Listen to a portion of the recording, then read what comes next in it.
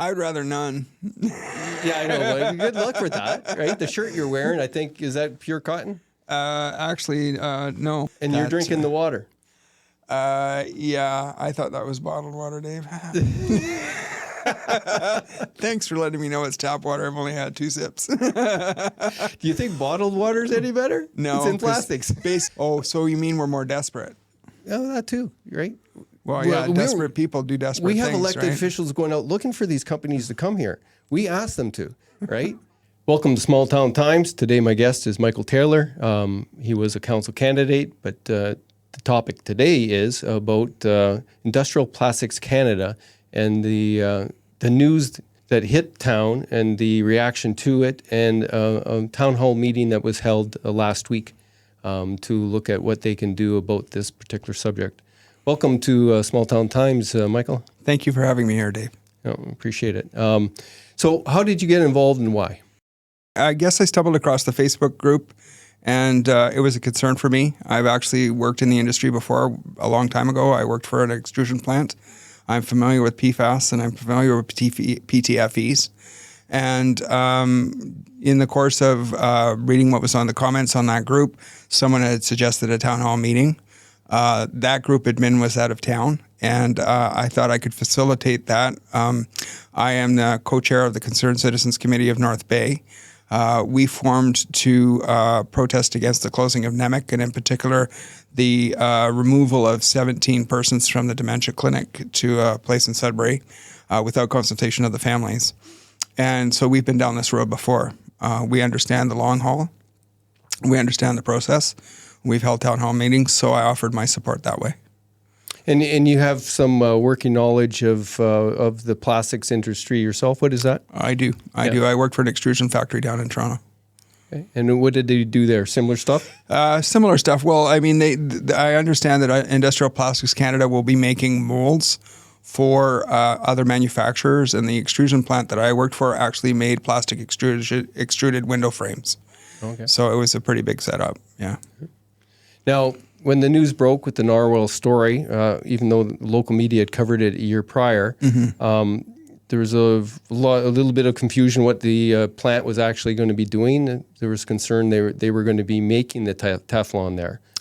I wasn't confused about that. There may have been in the community a confusion about that. I actually noticed this on August 15th, 2022 last year. I posted a comment on my Facebook saying, do you know what PTFEs are? I do, and you should too. I got no response. It was in the middle of the election campaign, and of course everybody was concerned about the election and about our new arena. And so it kind of went by the wayside, and I hadn't seen anything in the media since, so I kind of thought it was either left alone or it wasn't progressing. And then when it came up, like, you know, they're opening inside of a few weeks, that's a concern. That was a concern. So that kind of how I got to where I am. Mm-hmm. Yeah. Well, the original article in the Bay Today that quoted a sales manager had a conflicting statement to what was being closer to the reality of what was projected from the company itself, is that they weren't going to be making the Teflon, they're going to be making molds from the Teflon. Yes, as I understand it, when the first report said that they were going to be using the PTFE plastics, like they were creating the PTFE right from the compound, and later it was revised to say that no, they're not actually creating the PTFE. They're using that compound to create molds for other manufacturers. So yeah, although the process is different, I don't think that the harms to the environment or the dangers to our citizenry are any different.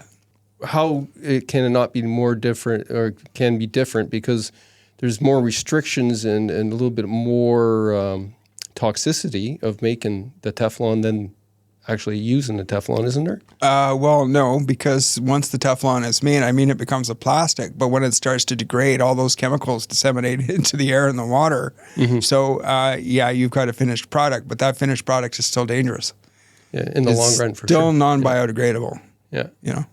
Yeah, well, that's what's rotting up at the Merrick landfill and coming down the chute. Well, yeah, that's the component parts, because, you know, whatever's gone into the landfill or whatever the Air Force Base used for fire retardants has gone into the environment. It's gone into the ground. It's gone into the soil, and as it's there, those plastics are decomposing into their component chemicals.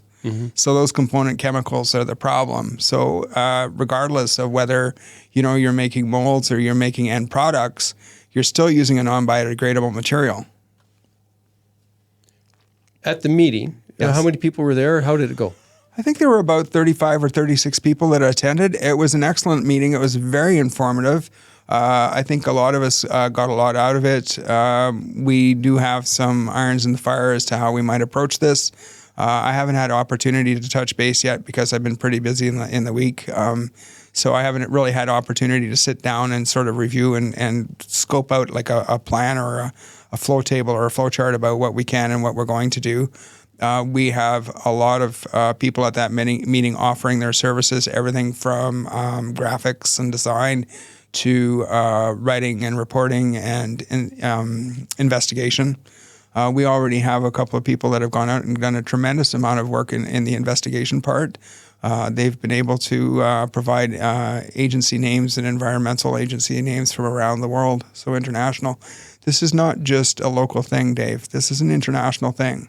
I don't know how it managed to get under the radar, but it's a problem. And I do know our federal government is going to be reviewing the concerns in May of next year, and it may have to go to that. But my concern is that North Bay has already been exposed to these chemicals, and then anything on top of that is just going to make things so much worse. Well, there is a lot of activity here in industrial activity that is similar or worse, right? Yeah, we had talked about that, Dave, or in an earlier conversation that we have had, and I don't disagree. But like doing it 3, 4, 5, 6 times over doesn't make it right.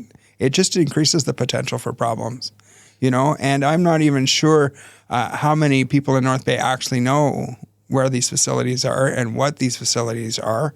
I know of 2 of them. I don't know of the other 2. And had I been aware, I spent 26 years down in Toronto. I've only been home a relatively short period of time. And in that space of time, I've not really been outside of my own sort of sphere. So I haven't done any investigations. But boy, I tell you, if I'd have known that, I would have started this years ago. Huh. Oh, yeah. Seems to me that it's very good that they're looking seriously at it from a governmental, a restrictive, and sort of format, and looking at the damage overall worldwide. Mm-hmm. Plastics are, well, I've always figured they're bad and toxic, but I don't see how. I don't see how we're going to go back from that. Well, there's going to have to be legislation. So right now, I understand the government standard for parts per whatever it is set at 70. But I understand that they're going to be lowering that probably closer to 30 or maybe even 40. In which case, we're already in excess of that. We're already over that benchmark. Yeah, the city reads 60 in its water. I'm not sure if that's after treatment or before treatment.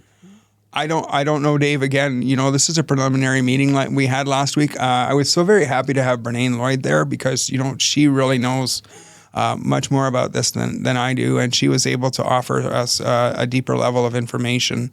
And, I had reached out to her, but unfortunately she was unavailable for today. Mm-hmm. But, maybe in a future moment, it might be a consideration to have a conversation with her as well. But yeah, it's not a good scene, Dave. So there's this one plant about to open up that's doing something that some other plants are doing already, and they haven't done anything wrong yet. I'm not saying that they've done anything wrong, Dave. Yeah. I'm not in this. Do you remember when I ran for city council, you made a comment about me and said Michael is one of the few councillors that are actuated by the public good? Yeah. In this instance, I'm actuated by the public good. I get nothing from this. I'm concerned about our families. I'm concerned about people that are living on our streets that are going to be exposed to this if something happens. I'm concerned about our water supplies. I'm concerned about the health of our children. I'm concerned about the health of our seniors. And I'm concerned about the health of us all. And, to have 4 plants, I think, when is going to be the cutoff? Are we going to become sort of like a dumping zone for all these facilities because, we won't stand up and say, hey, we don't want that here?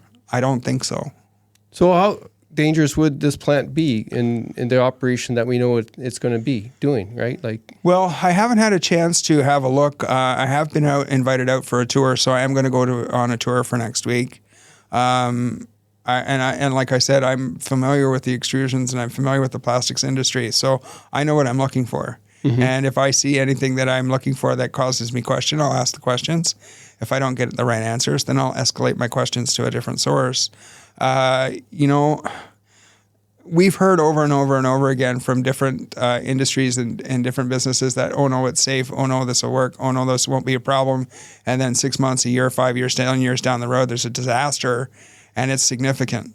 It's significant. If one of these, so as I understand it, now again, I haven't seen it. I'm only going by my own frame of reference from my experience in the past. I'm not sure it's the same.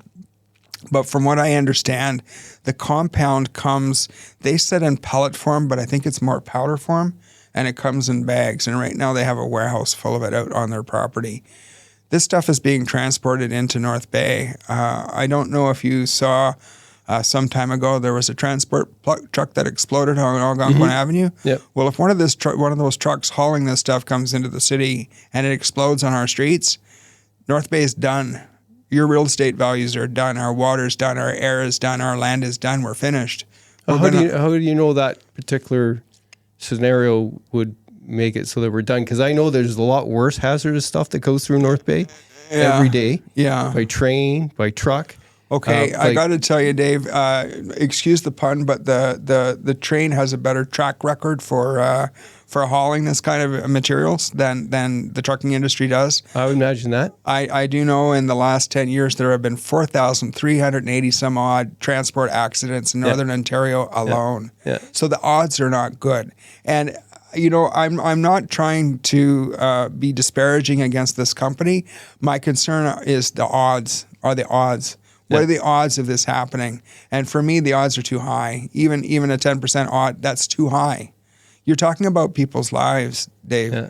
Well, I know, but I guess maybe I'm a little bit, I'm cynical in a number of different ways, but there's potential, and the odds are there. Yes. For a terrible thing to happen every day without this stuff.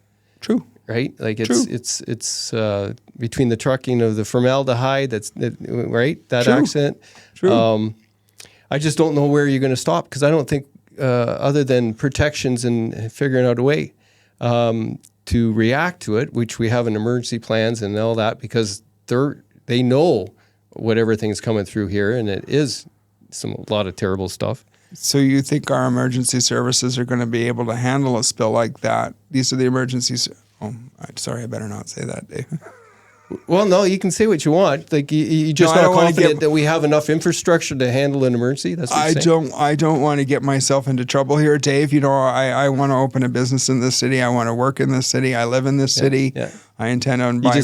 You want to make it a clean and safe city. I don't want to have the what ifs sitting in the back of my mind. We just came through a 2-year horror show called The Pandemic with the what ifs in the back of everybody's mind. Mm-hmm. You literally second guessed yourself every time you went out. Am I okay? Am I safe? Well, how is that going to add to the pressure that we're already feeling about things like that with another facility opening? Well, here's my point. Sure. This is just one of very many facilities. And I agree, Dave. And it's using a product and material that is as toxic or less toxic than a lot of things that are being used in this city. I don't know where it would end. I don't know. How do you grade toxic, Dave? On a negative scale, right? So this is like, if it blows up and burns me, that's pretty immediate. I'm worried about that. Yes. But if it gets into your drinking water, it's already in the drinking water at a certain level. And at what rate is it killing me? Is it more than the toxic food that we're buying out of the grocery stores? I don't know, Dave. Maybe we should get some independent studies done and look over the history of North Bay and see how we've had increases in cancer or increases in other health concerns. We have the highest smoking rates and the highest alcoholism in the north, right? And you wonder why, Dave. Well, no, no, I don't wonder why. I know exactly why. I'm prioritizing my concerns. Okay. Right. Okay. And maybe I'm playing a little bit of devil's advocate. That's okay too, right? Dave, because I've heard a lot about it in the last 2 weeks. I've had a lot of people giving me pushback. Yeah. I've been accused of wanting to be famous and all this stuff. And again, it's nothing to do with me. No, I understand that. And actually, the cause is good. And then bringing people together to address concerns is great. Yes. And I'm not against that at all. I'm not trying to hold it up. I'm trying to actually give it a little bit of platform so people have further understanding of it. Sure. And I guess I'm representing the ones that were like... Sitting on the fence? Or actually wondering why we're bothering? Well, yeah, I don't see that this particular plant, even if you close it and then stop it from... does anything. I don't think we can close it, Dave. Yeah, I don't think so we can close it. But what we can do is we can raise awareness, and we can work towards maybe providing information or providing impetus for the government to change the standards, and then worry about it after the standards are changed. Yeah. I mean, changing the standard, and that looks like that's going to happen. And adding a little bit push towards it is a good thing because it addresses a concern. I'm not exactly sure what the city's going to do for drinking water. My questions, Dave, are why North Bay? That's my question. Why North Bay? In all of Ontario, why North Bay? Why is it put here? We're a very small city. We're on 2 beautiful lakes. This is the selling point for our entire city, are our lakes. Why would we do something that would jeopardize that? Even at like the furthest of odds, why would we do that? Well, the thing is that I don't think they can legally stop somebody from doing something that's legal and moving into an area that is zoned for it. And as far as I understand, all industry has to apply for a business license in our city, don't they, Dave? Yeah. Well, if they don't pass our requirements, then we don't issue the license, right? Well, I don't know if the city can actually stop a legally operating company from coming somewhere if they meet all the other things. If the MOE says okay, they meet it or they don't need a permit right now, but they will later.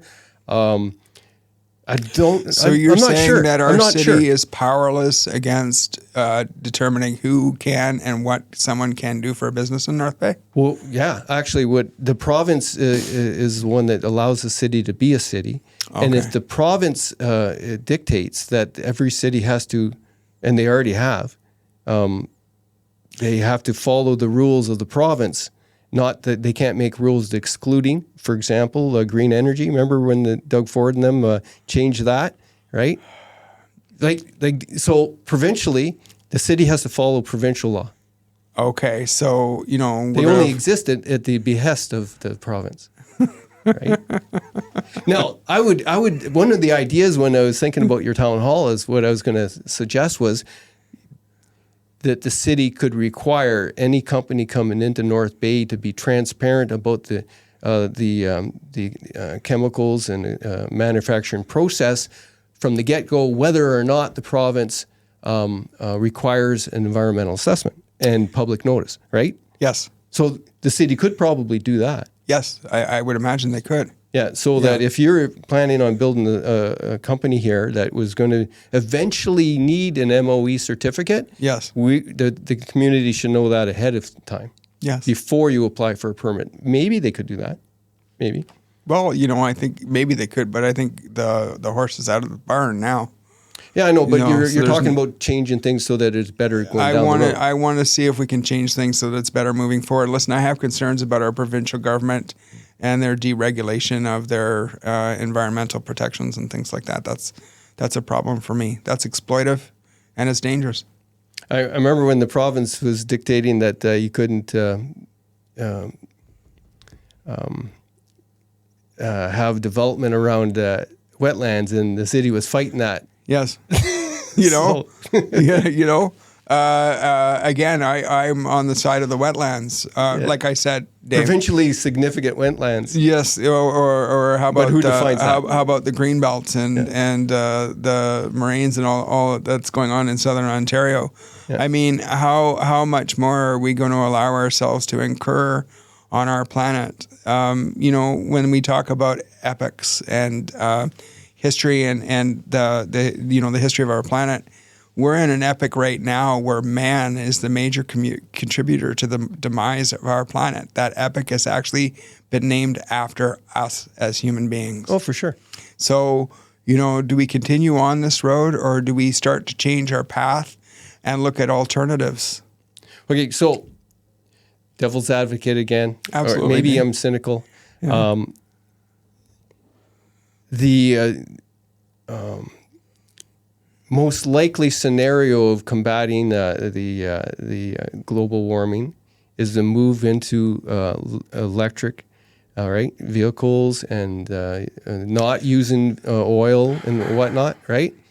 Well, that's going to be pushing the pedal to the metal on burning oil to get those minerals to make the batteries to stop using the oil. And what a lot of people don't understand either or haven't sort of calculated into that matrix is the fact that the electricity, in order to have electricity, there are three ways to get electricity: hydro, coal, or gas. You know, and something nuclear. and nuclear. So I'm not sure that's the road either. And for the little bit of investigation that I've done on that, lithium-based batteries are not necessarily the best way to go. I mean, there are other methods and there are other ways, but you know, we're in such a rush to bring these products to market to change our industries. You know, everything has to happen so fast that nobody's really taking the time to consider, is this going to be safe? What are the long-term effects of this? And I'm not just talking about 100 years. I'm talking about 700 years. The thing I admire most about our Indigenous friends is that when they make a decision, they look 7 generations down the road. Every decision they make, they're concerned about that 7th generation. How is this going to impact them? Maybe that's something we should borrow from them. How is this going to impact our 7th generation? Well, definitely. Yeah. But in the meantime, everything in this room was made with plastic pretty well. And that's It's sad. all toxic. And that's sad because, you know, we have since then discovered multi-purpose uses for hemp. And to tell you the truth, Dave, for electric batteries, hemp is a lot more efficient and it has more power. It's 8 times the value of a lithium electric plant or a lithium. You mean as a fuel source? Yes. Yes. Yes. It's 8 times more. Oh, I know. I'm a big supporter of moving towards that. You know, and we don't have to tear up 150,000 or 15,000 acres of earth to mine lithium. Hemp is a sustainable product. As a matter of fact, even in our climate, we could grow literally three crops a year. Oh, yeah. To produce from, and it's sustainable. Lithium is not sustainable. There is not enough lithium on the planet to supply enough batteries, even for Canada and the United States, never mind Europe and the rest of the world. It's a red herring. It is, absolutely. It's people jumping on a bandwagon because, you know, they've said, oh, we can do this, so let's do it. And you know, it's money moving back and forth. It's like, okay, but, you know, we can't base everything in our lives on that. Some of these plastics that are made through the process that this company will be doing are necessary for the health industry and a few other things that are going on in our lives. It seems like you got 2 feet in the pool, right? Yeah, you know what, Dave? In the spectrum or in the timeline of the history of humanity, that accounts for about a second of our existence. The current medical needs. I'm sure we can find ways to work around that, or other ways that we can deal with that without having to do this. You know, we're already talking about environmentally, globally. There are islands of plastic out in the middle of the ocean. You know, we're just adding to it. Mm-hmm. So either we make a decision to do something about it now. Well, basically, in light of the Europe and the feds looking at plastics in a more... Europe's already banning them. Yeah. That's already in the process. The United States has already taken 3M to town. Yeah. Like the company that actually manufactures the chemical that makes the compound, that came up with the formula for Teflon, they were fined $10 billion, Dave. That company is going to go under because, of this lawsuit, of this, action by the government in the States. I mean, that's a pretty good indicator that this is a dangerous thing, and that, the majority of the world is against it. So basically the city should get up ahead of the curve and start taking the reduction of plastic as part of its economy. You're not going to be able to depend on that going forward. Not indefinitely. I don't think so. And I think, we need to really actively and with great focus start looking at other opportunities or other options. So it's not just this little plant. It's kind of iconic of the situation, and it's also current and an example of where to draw the line. Is that a good way to... I think it's a good starting point. Again, I have nothing personal against the company. I have nothing personal against the employees. I have nothing personal against the city. I'm worried about the what ifs. And, I think the more... Speaking of the what ifs, yeah. How dangerous is this? And how long does it take to get cancer from it? Dave, that would be something that you would probably want to ask somebody in public at the public health unit, or maybe somebody that's in oncology, or I'm certainly not in any of those fields, so I'm not educated enough to answer it. No, in that sense. I don't have the knowledge to answer that question. Because we're talking about it being dangerous, and well, this is what they've said. I mean, this is not the first site that has been built, and this is not the first pushback from a community that's happened. Michigan has had significant problems, and they've closed all their plastics facilities there. It's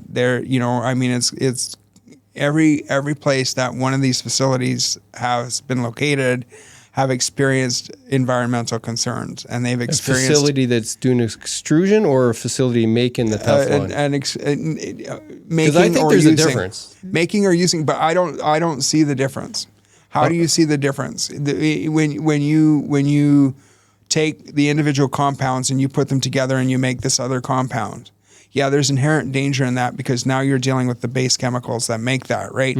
But that product that they've made is made from those base chemicals. It's the same. It's like taking water and turning it into an ice cube. What's the difference, Dave? Well, there's a difference. When that ice cube... There is a difference. Yeah, because you can drink water and it's not dangerous for you, but when that plastic... I'm not going to drown in a glass of ice cubes. No. But if enough of that stuff gets into our environment, into our water streams, then come on, Dave. There are people in North Bay that the city has been delivering water to for the last 5 or 6 years because they can't drink their well water. They can't drink their water, and they're consistently monitoring it. So... Yeah, well, that's because they were just spraying foam on the ground and letting it go into the water table. That's a little bit different than a plant. It is a little bit different than a plant, Dave. Yeah. But again, it's the probabilities that I'm concerned about. I'm really, Personally, I like the idea of looking at the bigger picture and preparing for a world where we don't have plastics and using alternative means to do what we do. Yes. It surprises me, Dave. We've gone to all the major grocery stores, Metro, Sobeys, Loblaws, and they own quite a few companies across the country. And we've told them you can no longer use plastic bags. Yeah, but every product they sell has a plastic bag around it. Like I come home with 12 bags. Everything has plastic. Now instead of one bag, I got 12 of them. Yeah. Do you know the guy that created the cryogenic packaging, the white styrofoam? Yeah. That was done back in the 60s. He regrets doing that.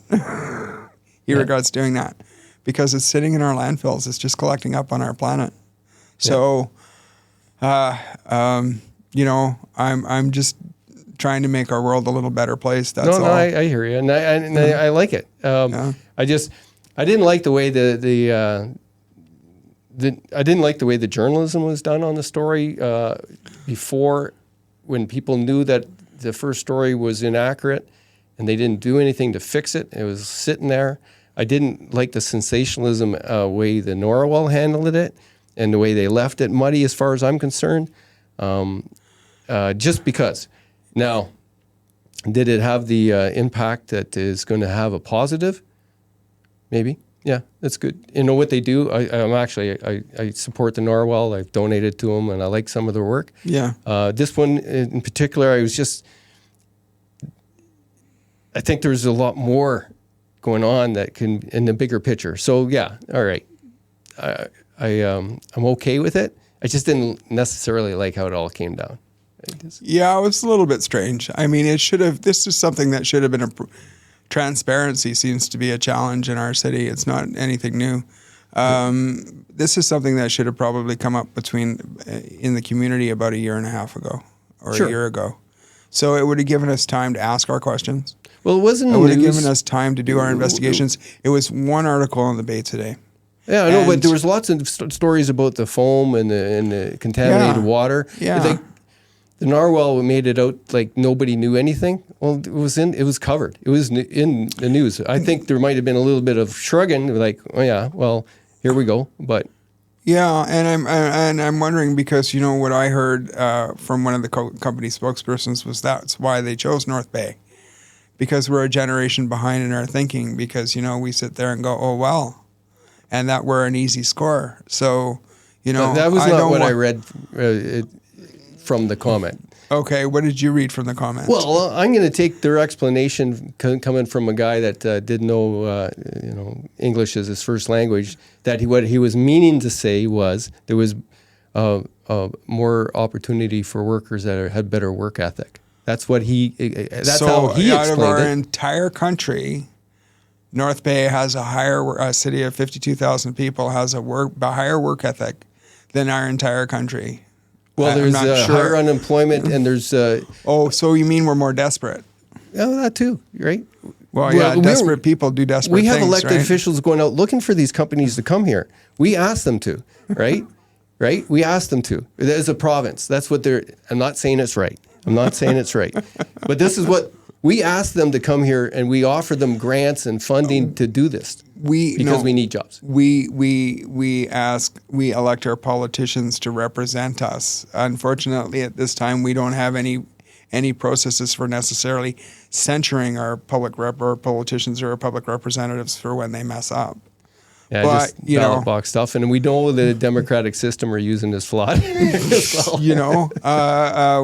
Yeah, we don't want to get into the first past the post and all the other election. Can you give me an idea what some of the ideas are to address this? Because I would like to get behind some of them. I think we're going to do mostly an information campaign, Okay. Dave. We're going to do an information campaign. We might hold a couple of more rallies. We might want to raise interest. We might want to send petitions down to the province to let them know how we feel. We might want to go national. Because the company is out of Italy, we can actually go international. I had in my. Well, what are you going to do after you scare away this company? Well, I'm hoping the city will change its ideas about what we're gonna accept as business or not. And I don't. It's news for me, Dave, that the province dictates to the municipalities what businesses are going to operate in those municipalities, because that seems awfully oligarchical to me. That doesn't seem very democratic. That seems like, we're in control, so we're just going to tell you what to do. There are societies that have existed under that frame, and they didn't do so well either. So, Yeah, no, I don't say our system is good. Yeah. I'm just saying the way the laws are structured legislatively and whatnot, the province sets up the rules. The cities have to follow them, as far as I know. Well, there's one solution for that, eh, Dave? Yeah. Elect the different people to the provincial legislation. Yeah. Did I say that, Dave? Yeah, You yeah. said that, right? Well, I think we should have political electoral reform for damn sure. I'm not here to create problems for anybody, Dave. All I'm here is to provide information to people, Sure. to make them aware of what's going on, to like I said, to raise awareness, and if it doesn't work locally, to go provincially. If it doesn't go provincially, to go nationally, and then even internationally. I mean, you know, we need to stand up for our environment. We need to stand up for our quality of living and quality of life, and that's all I'm doing. Mm-hmm. No, and I respect you for that, for sure. And I'm really sorry if I'm bending noses out of shape because, you know, I mean, maybe if we want a cleaner, safer environment. We want a cleaner and a safer environment. That's right. We want what we have or what we had. Dave, I grew up in North Bay. My grandparents grew up in North Bay. My great-grandparents first came here. So when Chippewa was used as a toilet? You know, we don't have a good history here, by the way. I remember back in the 50s, my dad, who was a teacher at Chippewa, they used to do a canoe racing down Chippewa River. I mean, you used to be able to swim in it. So, you know, that's not far off. That's only like 70 years ago. Well, I don't know if that was recommended all the time because it was like people's latrines were draining into it. Like, really? I'm not sure about the 50s and the 60s, whether it was like that as much. I'm not sure there was that much plumbing. That it might have been land slough off or I know a guy that grew up here in the 70s and said they would never walk into where I'm talking about Chippewa Creek emptied into Nipissing. 20 years earlier, 20 years before that even. Oh, okay. You know, 20 years before that, yeah. But they used to paddle down Chippewa River. Yeah, I'm just not sure it was that clean when they were doing it. You know, maybe not. Was the landfill smoky still burning when, right? Yeah. I don't know, Dave.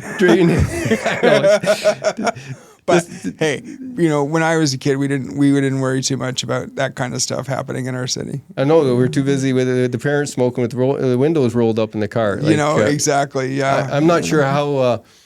Okay, maybe I'm definitely cynical about all of this because it's we are forced to live within this very toxic environment, and we don't know what's killing us and what will trigger our DNA to cause cancer and whatnot. Right? Yes. We just don't know. Yeah, a lot of it. It's a terrible thing. It is. Like even like the water situation that we currently have with the cutoff at 70, but we're at 60 and it's going to 30. But what happens to all of us who have been drinking that water when it was, you know? Well, you know, Dave, the reports say that we all have this stuff in our bodies anyway since Teflon first came out. Yeah. So we are all, you know, it's in all our blood. So it depends, I guess, on how much we want that in our blood. And do we want it to continue forward? Right. You know, and I think that's the most vital of the goals is to, you know, move forward in some way where it's cleaner. Yes. You know. Yes. And with less toxicity. Yes. But I'm just not sure how much of this. And I don't think that from the studies I read and whatnot, and even with the lab animals, unless there's acute toxicity levels, they don't see the differences. They don't see the impact. Now, it's accumulative, of course, like everything else. Mm-hmm. But I'm not sure what's going to kill us first is the chemically changed food that's grown with seeds that have, weed killer in them. Bioengineered foods. Yeah. Yeah. Montesano. Is that a higher priority? Like I'm a priority guy, which is like I can't even fathom fighting everything. I just can't. You know, Dave, I can't either. And like I said, I was kind of I was concerned about this last year, and then when it came up again this year, and I realized that all of this had gone through without any communications or any preparation for the community. I mean, it's just kind of been dumped on us, you know. Maybe if we'd had a little time to educate ourselves and had more opportunity to sort of come to terms with this before. Well, eventually we'll probably end up paying for it. Oh man, Dave, what's the matter? Do you know hemp? If you produce hemp correctly, you can make board length that's stronger than oak trees. Yeah. And that is environmentally friendly. But I'm not sure if the glue that's used to make the hemp I'm not sure about that either, Dave. But adhesives are toxic. Yeah, well, we'd have to do more investigating about that, Dave. But I mean, there are definitely other options. But well, we want to have the lesser of the evils, anyways, right? I'd rather none. Yeah, I know. Well, good luck with that, right? The shirt you're wearing, I think, is that pure cotton? Actually, no. So I wish it was. That's the problem. I know. We've become so reticent about where our things come from that we don't even notice in our day-to-day lives. And you're drinking the water. Yeah, I thought that was bottled water, Dave. Thanks for letting me know it's tap water. I've only had 2 sips. Do you think bottled water is any better? No, it's in plastics. Basically, I've been on a tour through a bottled water plant, Dave, and all it was a spigot with a hose. It's like, where's the water coming from? Oh, the town water supply. It's like, okay, yeah. So it's the illusion again. It's the illusion, right? It's the illusion. I guess if nothing else, this particular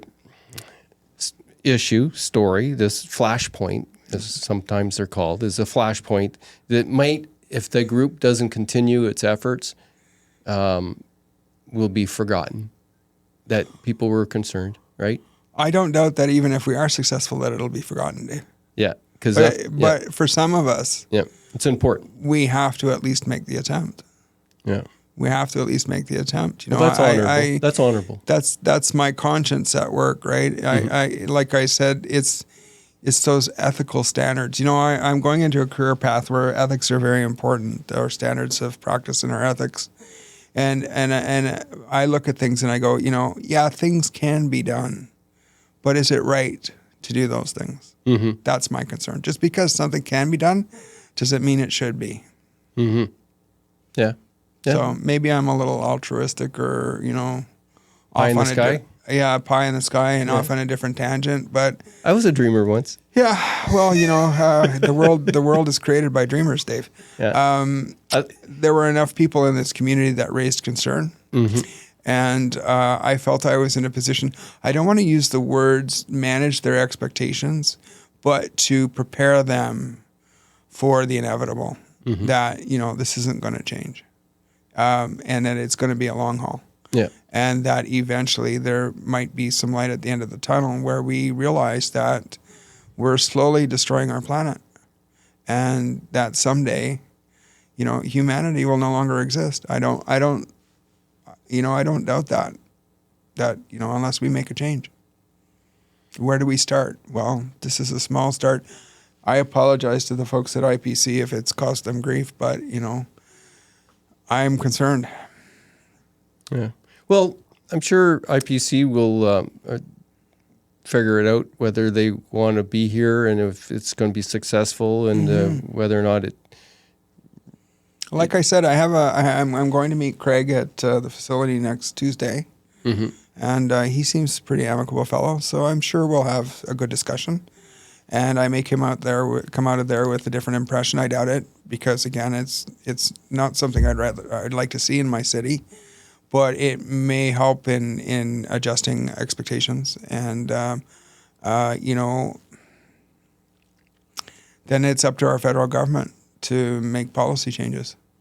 Well, they're going to need to apply for a permit to use the venting of when they do heat up the extrusion, what's it called? Well, an extrusion plant. Molding. Yeah, this is not an extrusion plant. This is molding, so it's a different process. Yeah. The one thing have you talked to anybody that's taken the tour? Yes. So you've heard that this product gets handled in a zero pressure room by one employee in a hazmat suit. This is what I heard. I hadn't heard that. I haven't been to the facility yet. I haven't seen what's happening yet. But, if that's the situation. Well, it's easy enough to find out what the safe handling requirements are for that, because it would be listed in the hazardous waste materials. So you could probably figure out what the legal way is for safety with it. Yeah. I heard. But if it's that stringent, Dave. If it's that stringent, but I'm not sure it is. Yes, I know. But if it is that stringent, Dave, what does that tell you about that compound? It's probably more dangerous than we're being led to believe. It's probably more invasive than we're being led to believe. I guess so. You'll find out there for I'll sure. find out. I'm interested in knowing more too. Yeah. Well, I'm intending to go with an open mind. Yeah. I'm going to try and put away my. I'm sorry, Dave. I'm going to try and put away my preconceptions. Yeah. And go with an open mind and listen closely to what I'm being told, and then compare that to what my own experience is. And hopefully I'll have the presence of mind to remember most of or recall most of. I'm actually hoping that Craig will let me tape some because I'm getting a little older, so my memory sometimes just see But what. no matter what, you come out of there, I'm pretty sure you're not going to want it anyways, and then you're still going to want to the city to make an effort to be a little bit different. I'm hoping, but I'm not sure. I'm not sure that's going to happen, Dave. I mean, I don't want to start casting aspersions on our city council or anything like that. But it's a challenge. Transparency is a huge challenge in our city, and I got hit with that. Have you ever heard the NIMBY acronym? Yeah, not in my backyard. Yeah, I got hit with that today. I was so unimpressed by that. But it's like, you know what? I really don't want it in my backyard. No, it's a valid point of view. Yeah. Right? Yeah. It's a valid point of view. There are lots of things that have happened in our city where, made me raise an eyebrow or so, and I just kind of let it go because, we need that, or, that's part of progress and stuff. But I don't think this is one of those times. Well, I am very interested in the hemp thing. If you ever hear of anybody that's going to move on that front, I want to talk to them. I have a friend in Toronto that is kind of working on that. I know there's a facility already in operation down in the States, so he's investigating. He's been investigating that for a while, and I just haven't had a chance to. I'm busy, Dave. Yeah, I haven't had a chance to really reach out and touch base with him yet. But if we can manage that, I think that would be something that would be very helpful for us. And yeah, adhesives are a problem, and those kind of things are. But we can find workarounds, I'm sure. Now, I'm a little disappointed Bernayne couldn't make it, even though we didn't give her any notice. Yeah, I definitely want to talk to her because the nuclear question mark of whether or not maybe that is the answer for our energy needs. Dave. I understand that there are things going on right now where they're building these facilities where they could have one that would cover just like 10 square blocks in a city, and they would have them all throughout the city. Little miniature nuclear plants that would provide electricity. Whether that would be safer because they're smaller, I don't know. But definitely having a conversation here with Bernayne would be very helpful for our city. I think it would be even more impactful than this conversation with me. This is kind of a superficial thing when you're talking with me because, I'm just a point guy for concerned people in the city. That's why my group is Concerned Citizens Committee of North Bay. I don't have any, beyond being worried about its fall, I don't really have any skin in this game. I'm just trying to facilitate the needs of our citizens.